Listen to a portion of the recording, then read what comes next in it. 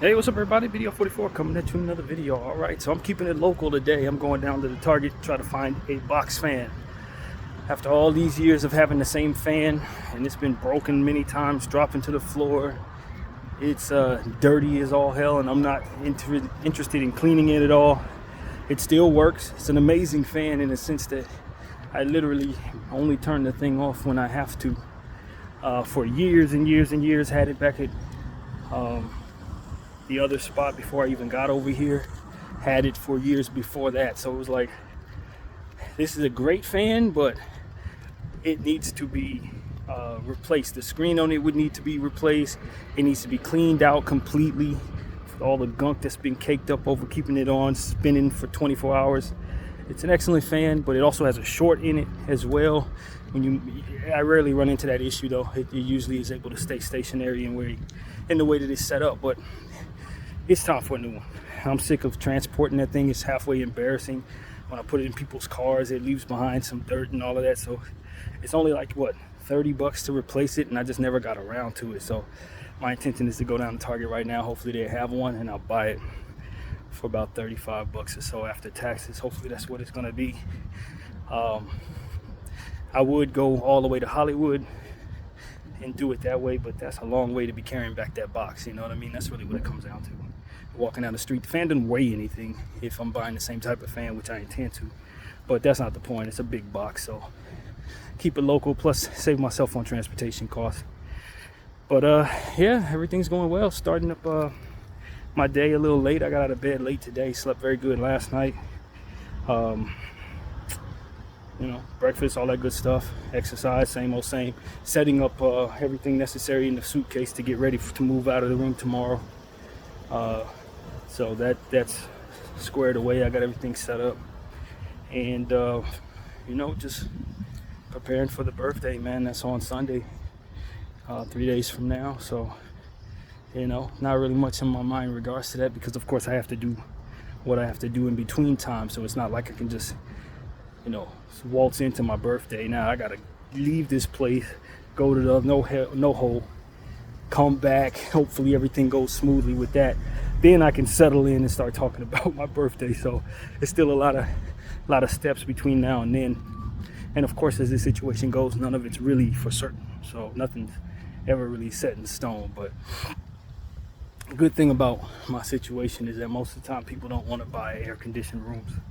They're expensive. So I'm always able to get an air-conditioned room. They're not on high demand. So that's easy for me, man. I can just, you know, more or less count on having a room no matter what. Knock on wood. So I ain't got no complaints. I don't have too much anxiety in regards to that at all. I feel pretty good about it. We've been in this situation now for a full year. It's going to be a full year on the 31st of the month. So, you know, it's felt like a long time. You know, it's one of those situations where the first half of this process felt like many years, and the last couple of months hasn't really felt like that long of a time. It's weird like that, and you're trying to transition to something so very different than what you're used to. Then when you get settled into it, time starts to speed up. You have less stress about what you're doing, and it just becomes a routine. So I'd say the last 4 months have gone by pretty fast after initially settling into this routine.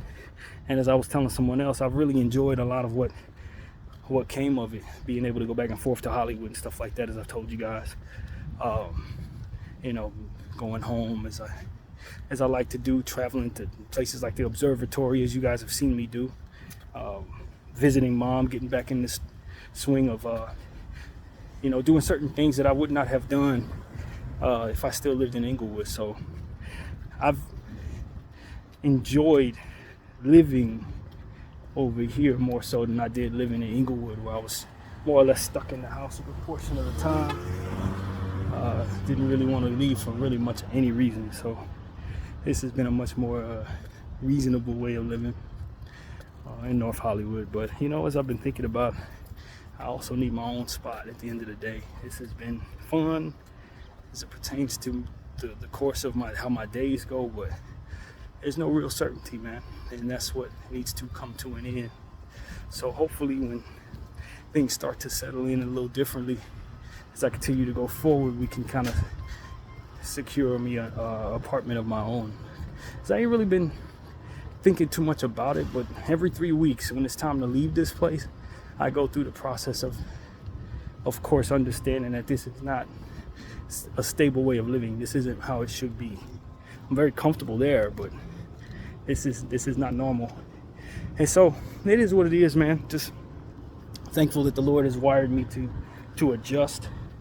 Something was on the back of my leg. I don't know what just struck on my leg, but it feels pretty wet.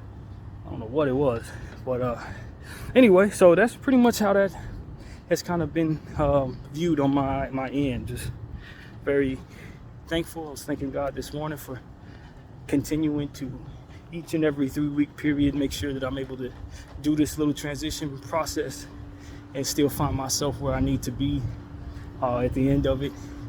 You know, very little static, very little trouble at all. So for me, that's a lot to be thankful for within that alone. And so I think about what the dude went through yesterday as I was coming up on him when he was stabbed and all of that. I just think about how blessed I am. You know, you don't know what life brings to you. You look up and you get up in the morning. I'm sure he didn't wake up thinking anything like that was going to be possible. You know what I mean? Who knows what his mindset and his life is like, but nobody expects to be in that type of circumstance. But hopefully we were a blessing to him and making sure that he was able to, you turn? Shit, I thought I was doing him a favor. Anyway, find himself being able to, survive that, because that's really what it's all about. For situations where you've been stabbed, obviously. So that's what it is, man. Just say the prayer for him last night. Say a prayer for him this morning. Hopefully he survived that and is recovering well. I have no way of knowing. I don't plan on finding out. You know what I mean? It's just trust God at that point, you know. And thankful I'm not in a position where I have to follow up that situation legally or anything. I don't want to go to court for anything. I didn't see anything. So, you know what I mean? That's more of a hassle than I would have wanted to deal with. Whatever the case may be, I was talking to my friend B about the situation. She was essentially saying that she was glad I wasn't there to see it because she thought I would have intervened. And I told her, when it comes to street stuff, man, it's very important that you don't try to be a good Samaritan. You don't know who deserves what. You don't know why a person's going after somebody. You don't know the politics of the situation. You don't know who's looking out down the street waiting for somebody to intervene. You don't know. You know what I mean? It's a lot of different things that I've learned in this life that, you know, if it were a simple situation as I'm seeing a man mugging a woman, I'll probably intervene. But when I'm seeing two gangsters get into it, that's when you understand that you should probably stay out of that. You know, it's just like I was telling y'all about when you see people, getting ready to get into a fight. If it looks like it's a type of fight where there's a street element involved, you can best believe that there's going to be some guns coming out soon. People don't let people swing too often, you know what I mean, without some gunfire in those situations. So when you grow up out here, you just know better than deal with certain stuff. You don't try to intervene. You may help after it's over with, but as far as you trying to bring yourself over there, I don't think that's a smart idea for a person who's not armed to even do. And so I told her, I was like, I don't see myself intervening in that. I don't see myself trying to jump over there and jump on dude for jumping him or whatever the case may be, or trying to break up a fight like that. Many a man has died trying to break up a fight between strangers. It's not smart. I hate to be the guy that says that, because you do want to morally try to interject in certain situations. But as I said, if I'm seeing two grown men, tattered up Mexican dudes fighting each other, I'm not jumping in that. No, sir. Not if I don't know either one of them individuals. Absolutely not.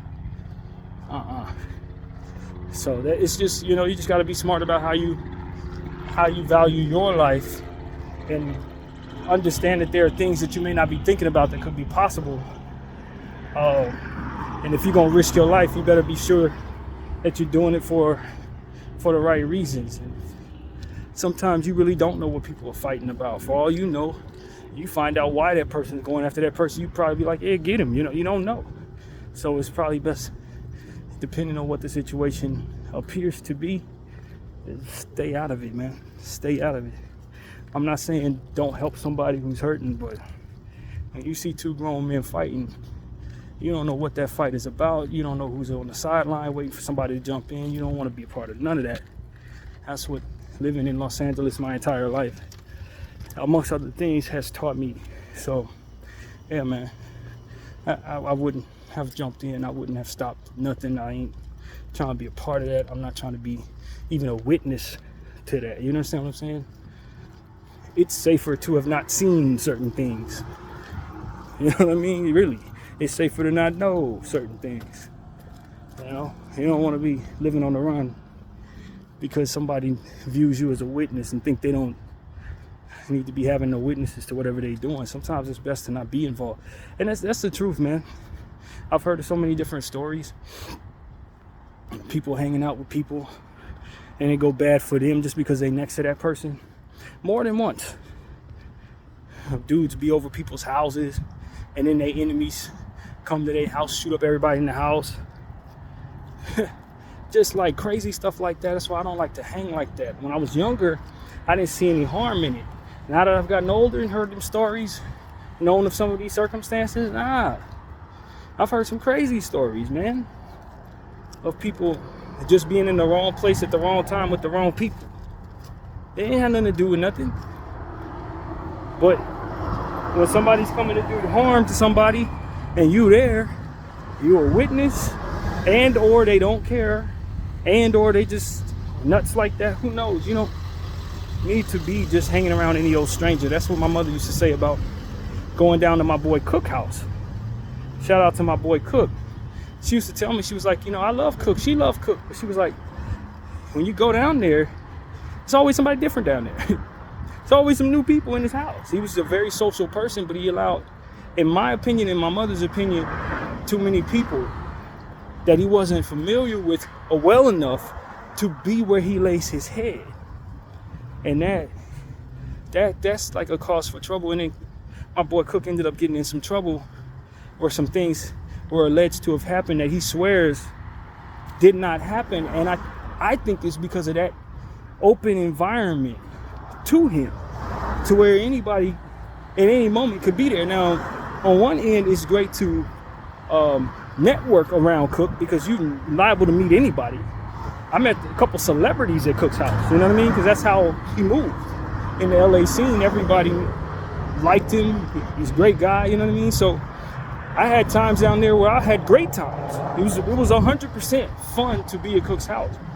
But it was just always this thing in the back of your mind, being raised by the woman I was, to be cautious of people who allow people in and out of their house that they don't know, or people around them that maybe were a friend of a friend. You don't know who these people are, man. You can't get in the car with everybody. And that's the type of wisdom I've learned as well. You don't know what they got in the car. You don't know where they're coming from, where they're going after this, what they just got through doing, who's looking for them. That type of stuff, like just growing up in Los Angeles in this tricky, devious place, has taught me to be very reserved, even more so than maybe would be necessary in most situations. You may call it paranoid where you from. Here, it is probably the smarter way to play, especially when you're of color. And when it comes to people who are white or whatever in a different world, I don't know, because it might be a different world for some of you guys. But for us black folks and brown folks, this is the smarter way to move to what I've seen. It's gotten me this far. I don't be everywhere where everybody at. Why? Because I ain't a witness to nothing. I'm not going to be roped into nothing. I wasn't an accomplice to nothing. You understand what I'm saying? Clean. I wasn't in the car with y'all when that happened. I was never there. So nobody can ever say that Brandon did anything, said anything, snitched on anybody. Why? Because I wasn't there. And it was funny, man. People wonder, like, how you're a black man from LA. Not the outskirts, but actual Los Angeles. How did you stay out of gangs? How did you not ever get locked up? How did you not find yourself involved in certain activities? How did you not get roped up in the whole thing? This is how. I stayed to myself. And I was kind to people no matter what walk of life. And I kept my, when I have friends, I don't be everywhere. And I'm not as easily accessible to people. It kept me out of all kinds of stuff. A lot of my acquaintances were part of affiliations and stuff. I could have very easily hung out with them and found myself roped up in all types of stuff. I could have been there tonight when certain things happened. You know what I mean? And in certain situations, I was the main focus of bad things happening. So it kept me even more cautious. When I did go out, I was the one getting jumped. I was the one involved in this. I was the one who had the bad drinking night. You know what I'm saying? So it's like you learn in this walk to walk alone while everybody else is trying to get close to this person or trying to get involved in that thing. No. I didn't live this long out of trouble for this long by just allowing everybody and anybody near me to do any and all thing just because I want to be cool. I'm cool alone. I'm comfortable in my own skin, and I think that's almost a superpower for a lot of people. Everybody can do that. Everybody wants to belong to something, want to be entitled to something, want to be safe in the presence of numbers. I never thought I was safe in the presence of numbers. Why? Because I've heard of too many people getting people roped into stuff that they had no business being in just by association. I didn't want to be around. I saw it the opposite way. I felt more safe about myself. I felt more safe not next to the gang. Too many tattletales, too many people trying to put you in situations. No. So you want to know how I was able to be in this environment, at this skin color, without getting in trouble with certain things that are very common for people? It's because I did not subscribe to the thinking that there was strength in numbers. No, it was strength in being solo. You want your numbers, you want to have your people that can have your back, but you don't want to be everywhere they at all times. You don't want to be wherever everybody's doing everything. You don't want to be at the party when the shooting starts. You don't want to be next to the girl who's going to cry SA when it didn't happen. You don't want to be in any of those places while everybody's trying to be cool and inebriated. I wanted to be sober, away from that, doing my own thing. And so that's why I was able to be in LA without getting involved in what so many people are involved in. Why I don't know nothing about the prison system or the county system. I stayed out of a lot of stuff that is meant to rope you into those systems. I always had a broader understanding of how the system itself is meant to take people like me and put them in it. You know what I mean? I know what they're trying to do. They're trying to make money off of my body one way or another, whether it be in the system or in the ground. I'm not letting these people profit off of me. I knew who my true enemy was and what his deviousness was about, truly. And it wasn't nobody that looked like me. It wasn't anybody who didn't have any power. It wasn't anybody who is easily swayed by different things. No. So that's really what I'm saying to you guys, man. Stay out of trouble. Don't be around everybody, man. Don't think it's so cool to be involved in gangs. If that's not your neighborhood, if your family ain't from that, that's not your place. I was listening to Snoopy Badass this morning, talking about how the gang that he wanted to be claimed from was trying to extort him out of money. You know, they only wanted him to come around if he was willing to pay them for protection or whatever or what have you. And my thing is, you're not from there. You're not their friend. They are in a environment where when you allow strangers in, sometimes people tell on you. Sometimes people get you roped into stuff that ends up having people lose their lives. So if you're trying to join something like that and you are not coming with your hand out to provide something that'll not only gain the trust of the people, but also feed the wolves in the circumstance, people who don't have a lot, people who do have, history of not following the law, so therefore they probably don't have good records and as such probably won't be able to get a good job. You know what I mean? People who don't have many opportunities, and here you are, a celebrity who has a following, a celebrity who has an opportunity to give to somebody, and you're essentially saying, I want to be from your neighborhood, but I don't want to do what's necessary to earn your trust and ultimately provide these opportunities. I just think people are looking at it backwards. You're not being extorted. You're not providing any reason to be trusted. And and people say, oh man, you got to pay the gang in order to be around them. No, the gang has to know they can trust you in order for them to be safe with you in their presence. Otherwise, you could be the next snitch, you could be the next turncoat, you could be the next backdoor guy. Everybody wants to be from the gang, but nobody understands the gang itself, what the gang is coming up against. They just want to come from out of town and be a part of something because that's how they're wired. And while I don't look positively upon that energy because of how I'm wired, I'll give some leeway as to not be disrespectful to it. I don't know what people are scared of. I don't know what they're prone to do to make people unhappy with them.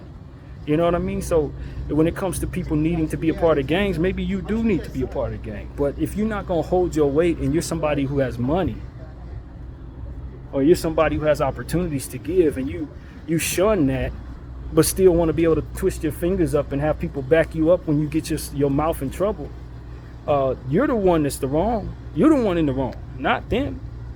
They got it right. They need to keep people like you who want to leech off of them for their muscle and what it is that ultimately they bring to the table out of the equation so that you don't bring them down. They already got enough going up against them, and now they're going to bring your stranger self up in here who's looking to hide behind them but not provide anything. No, you're in the wrong. You're looking at it all wrong, and they want the internet to look at it all wrong so they entitled little behinds can get into these situations and feel like they're a part of something without holding their damn weight. No. As a civilian who's not a part of nobody's clique, I can as easily attest to the understanding of having not held my weight. So I may come around some of my friends, but I don't expect to be in part of some of those conversations, and don't want to be, as I've earlier explained. When I come around some of my friends who happen to be a part of communities, once they start having certain conversations, I'll leave the room. You know what I mean? Or just don't be there all together. And they know not to speak around me, and I'm not telling them I want to be a part of what they're from. And I don't expect for them to let me in on whatever fruits of whatever comes their way. I don't expect them to have my back if for some reason I talk myself into some trouble. You understand what I'm saying? Because I haven't done any groundwork to be able to be affiliated. But everybody wants a handout. And the irony is the ones who are asking for handouts in regards to what we're talking about are people who have the most to give. You know what I mean? People who are celebrities who could put the people in position to be around them and have jobs. But they don't want to do that. They just want to come around and claim the gang when they really don't actually have anything to offer. So the gang come back and say, okay, well, pay us. Pay us. It's the least you can do if we're going to put our lives on the line for something to make you look strong, or if you're going to use whatever their name is and all that come with that name to align themselves with something that makes them look cool, that can ultimately get the gang in trouble if they do something goofy. At least they can do is break some of that plentiful wealth that they ultimately have. You know what I'm saying? Since you want to be down so bad, why should I trust you ain't going to turn snitch? It's bad enough you weak enough to where you a man standing on your own. Now you want to come over here and hang with us? At some point in time, I got to look at you and ask, what are you bringing to the table? How do I know you're not aligned with somebody who's looking to take us all down? Break bread. And in the internet culture, that's considered extortion. How? You the one trying to claim they hood. They didn't come to you. You came to them in this equation. It's not like they sought you out. Now, if they did and you turn them down, then all is fair, which does happen. But let's not act like a lot of these dudes don't find themselves from these little bitty towns all over the world where they look on the internet and say, yo, I want to be from the hood. And they come to these neighborhoods and don't have nothing to offer but the desire to be a part of something. And whatever heart they may or may not have. Nah, man, it ain't nothing. These people are starving. They need something from you, and you need something from them. So it should be an even exchange. I don't understand the complaining. I don't get it. People want to shun people like Chris Brown who pay into the hood. At least he's willing to put his money where his mouth is and earn their respect and be a part of what they're doing. You understand what I'm saying? At the very least. A lot of y'all just want to hang out and don't want to break bread. And the first thing y'all do is talk about, oh, we got distorted. Nah, man. They need to keep people like you out of their situation. They have no business stamping you. Especially if they're doing things illegally. You don't know who's after them. You don't know who's a fed. You don't know who's going to snitch. You know that? And that coming from Los Angeles without being affiliated is an understanding I've had for a very long time. And I never ever wanted to be a part of nobody's gang.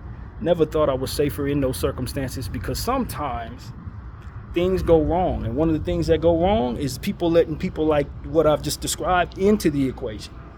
That's where things go wrong.